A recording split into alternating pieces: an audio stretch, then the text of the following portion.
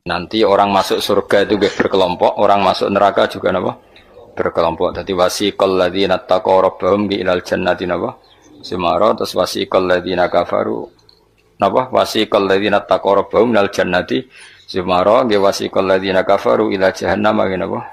Sumara. Sama-sama kita ini kelompok. Nah kemudian kelompok itu ya ada sisi positifnya, yaitu rapati wedi mergo bareng-bareng.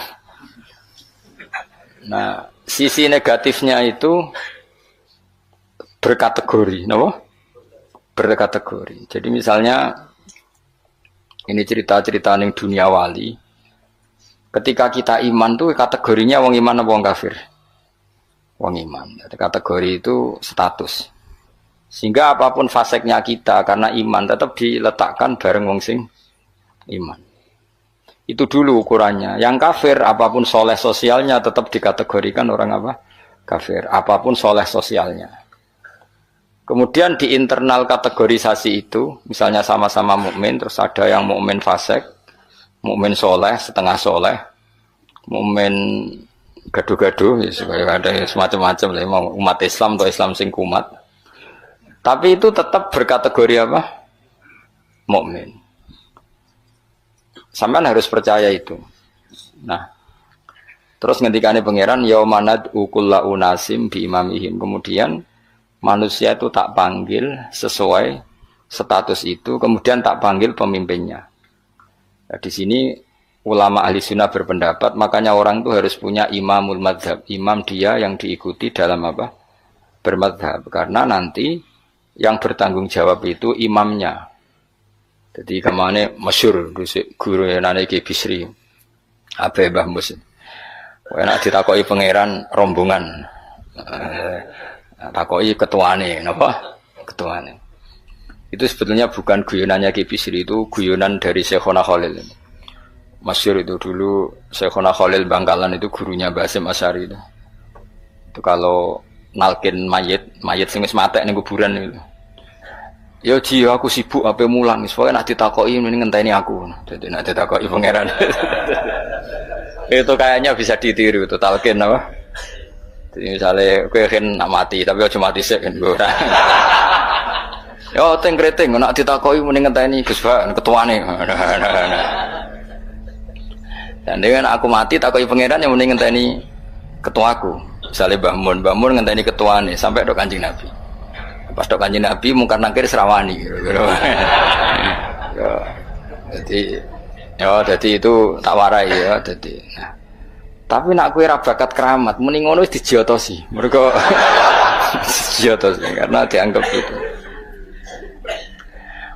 Nah, kula pun punya sekian cara untuk mengalahkan malaikat itu.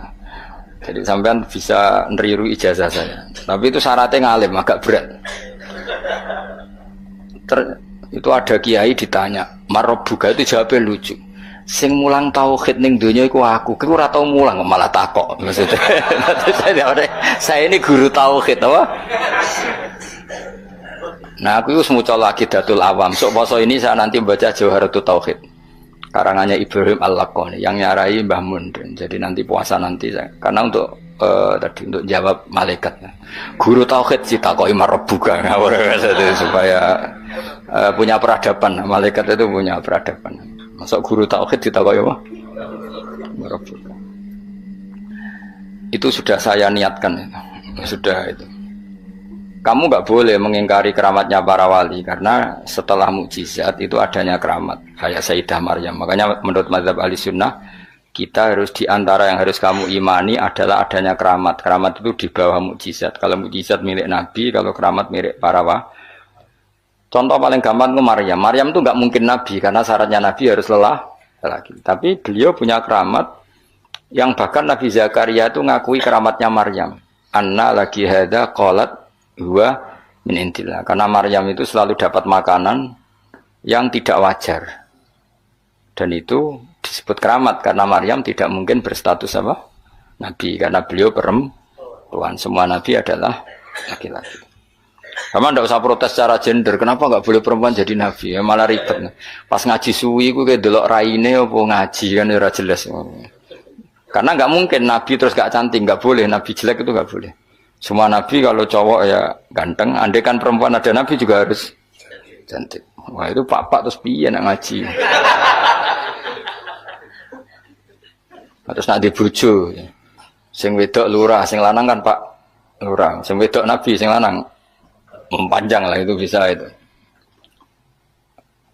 Saya kemarin tuh baru seneng sinau kitab Tauhid yang dikarang orang-orang yang ahli matematika. Namanya Imam Amudi. Imam Amudi itu pakar matematika. Saya memang suka, termasuk ilmu yang saya suka itu matematika karena eksak. Dia penulis matematika mirip aljabar lah. Dulu di antara penemu matematika namanya Khawarizm yang menemukan apa? Aljabar angka 0 itu ya, angka 0. Dulu itu orang nggak tahu kalau 1 ya 2 terus. Imam Amudi ketika di depan Mungkar Nakir beberapa malaikat penguji itu Allah manggil gini kan orang itu sukanya ngarang usul fikih sama matematika sampai muridnya curiga ini masuk surga enggak guru saya itu karena nggak pernah ngajar tasawuf, nggak pernah torekoan, nggak tahu mujahadan gitu, pokoknya dia itu. Kalau saya mlebu swarga kan wis pantes mulangi tafsir. Kan mosok guru tafsir mlebu neraka kaya iku ora pantes itu lho. Nah muridnya pantes guru. Gurune iku kaya ora pantes. Mosok guru tafsir ya nak mungkin, tapi kayaknya enggak lah. Maksudnya itu kalau sama-sama mungkin yang mlebu swarga juga mungkin. Ngapain milih mungkin yang neraka kurang penggawean tapi muridnya juga bisa ya ora pantes lho ben neraka ya ora pantes. Kok terus cilik ati gitu. Tapi luwih ra pantes iku gurune. Ternyata Allah itu suka dan ini menurut saya sesuai hadis-hadis sahih meskipun tidak kontak ini. Saya ulang lagi. Allah itu lebih bangga dengan kita ketimbang dengan malaikat. Karena malaikat itu ada normalnya ya. Masyhur itu kata Allah, saya ini bangga dengan hamba-hamba saya. Terus kata malaikat dengan kita ya Allah karena iman kita ini orisinil melihat engkau langsung ndak. Bangkune kira iman wong ning ngarepku, kowe roh kekuatanku, roh aras, roh kursi, roh alam malakut, alam jabarut. Lalu siapa? Ya para nabi. Ya nabi tentu hebat wong dia dapat wahyu dari saya. Tapi yaitu orang-orang yang enggak jelas kayak sampean ini, orang-orang yang enggak jelas. Tapi iman sama saya, padahal ya enggak ngerti saya. Kok sampean kan ngerti Allah ya ora, ngerti nabi ya ora, ngerti swarga ya ora, ngerti neraka ora. Tapi wedine neraka iku nganti nangis, ya Allah, jangan sampai saya masuk neraka. Guayane iku koyo paham. Jadi ini yang dibanggakan Allah. Kalau malaikat sama nabi itu kan normal. Ya tentu Allah sangat bangga karena tapi kan ada unsur normalnya, apa? Nah, tapi ada orang yang cara melihat Allah itu dengan ilmu matematika.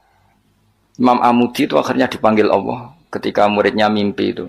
Lalu engkau di mana guru? Allah perlakuan kepada engkau gimana? Penggaweannya mau ngomong matematika. Jadi dia itu guru matematika. Tapi mulang usul fikih. Tapi dulu guru itu enggak digaji, terus enggak PNS, enggak ya guru saja. Ikhlas. Karena enggak ingin umatnya Nabi bodoh. Nah, gue kan enggak ingin kamu miskin terus mulang karena jadi itu beda sekali. Jadi dulu itu di mana-mana dulu guru ora ridho nak umat Kanjeng Nabi bodoh. Kayak kula niki guru tenan, ora ridho nak umat Nabi bodoh. Nak kowe kan gak mulang mergo ora ridho nak kowe miskin. Akhirnya golek sing gaji, nak gajine kurang ya pindah soalnya. Iku ora guru iku. Iku pekerja napa?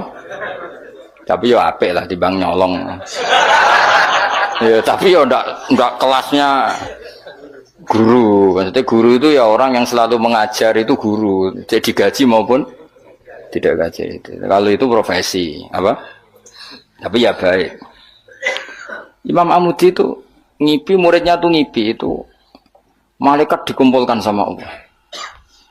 Terus ditanya sama Allah, ya Amudi, kamu kok tahu kalau saya Tuhan dan kalau apa kamu tahu kalau saya satu? Wahid itu satu. Kan tadi Allah mengingatkan saya ini Al-Wahidul Qahar, zat satu. Terus dari Imam Amudi, ya malaikat Allah, hei para malaikat, kamu harus belajar matematika. Malaikat diam semua, karena asing kan. Matematika itu asing. Ini betul, ini kisah wali. Sampai kan gak wali, jadi rara ceritanya. Ini ada di kitab-kitab dan semua wali pasti tahu cerita itu. Kalau enggak ya enggak wali atau wali amatir baru latihan. Ya malaikat Allah, hei para malaikat, nisbatus naini ilal wahid wasalis warrobe. Iku kanisbatisna ini ilal wahid. Wal wahid la nisbatalah fa innahu aslun. Pokoke kowe nak gawe angka iku mesti siji loro. Satu dulu.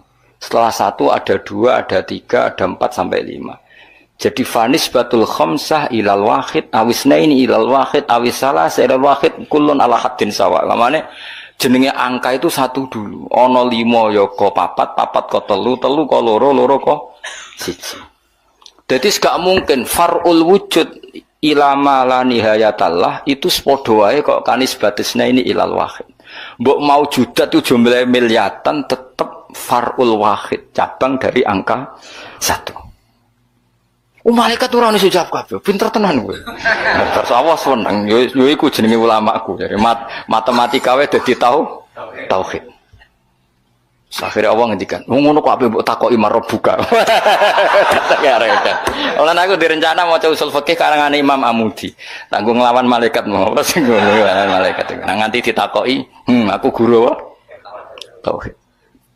Aku lah zaman sekolah teng MGS Madrasah Sarang, Madrasah Babai Lukman. Iku anggere bocah pelajaran tauhid untuk papat. Wah, iku gak ahli swarga. Mergo tauhid jeblok. Tapi anggere sing tauhide untuk 7 8 senajan to fikih 5, tasawuf papat itu ahli swarga.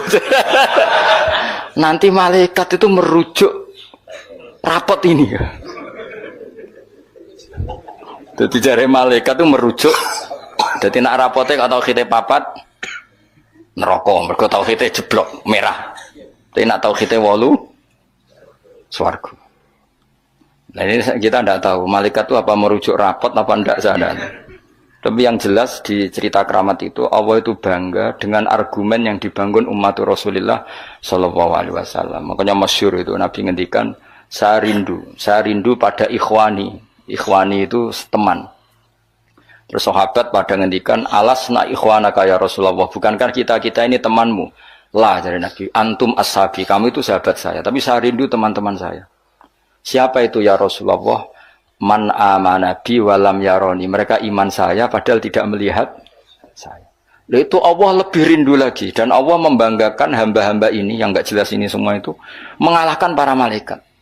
Tentu dalam konteks itu, karena malaikat ketika iman, kowe wajar iman, memang kamu tahu saya. Tapi umatnya Muhammad sudah tidak ditunggoni Muhammad, tidak ditunggoni kekasih saya, tapi tetap iman pada saya. Lalu dengan cara apa? Dengan cara akalnya masing, termasuk yang ahli matematika. Nisbatusna ini ilal wahid, wassalasa wal khamsah, semuanya sama, far'ul wahid. Fal wahid wal aslu, wa ghairul wahid far'ul asli. Fal kullu minal wahid. Malaikat harus merungokno itu. Karena semua angka mesti dimulai dari 1. Ya wis. Akhirnya malaikat ya seangka cek miliatan wis makhluk cek jumlahe miliatan ratusan miliar gak ono ngaruh tetep itu kabeh far'ul wahid dimulai dari al-wahid. Karena dia ahli matematika, dia berargumentasi dari nisbatul isnen sampai salasah kabeh iku ning nisbate ning siji iku cabange. Maksudnya iku asal usule tetep siji. Mulane banyak ulama anak gawe mbah guyonan mbok tenan tapi ya rodok tenan tapi rodok tenan artine ya coba imani tapi kudu mbok imani. Iku nak darani Quran dikumpulno ning Fatihah, Fatihah dikumpulno apa ning bismillah, bismillah dikumpulno ning ba.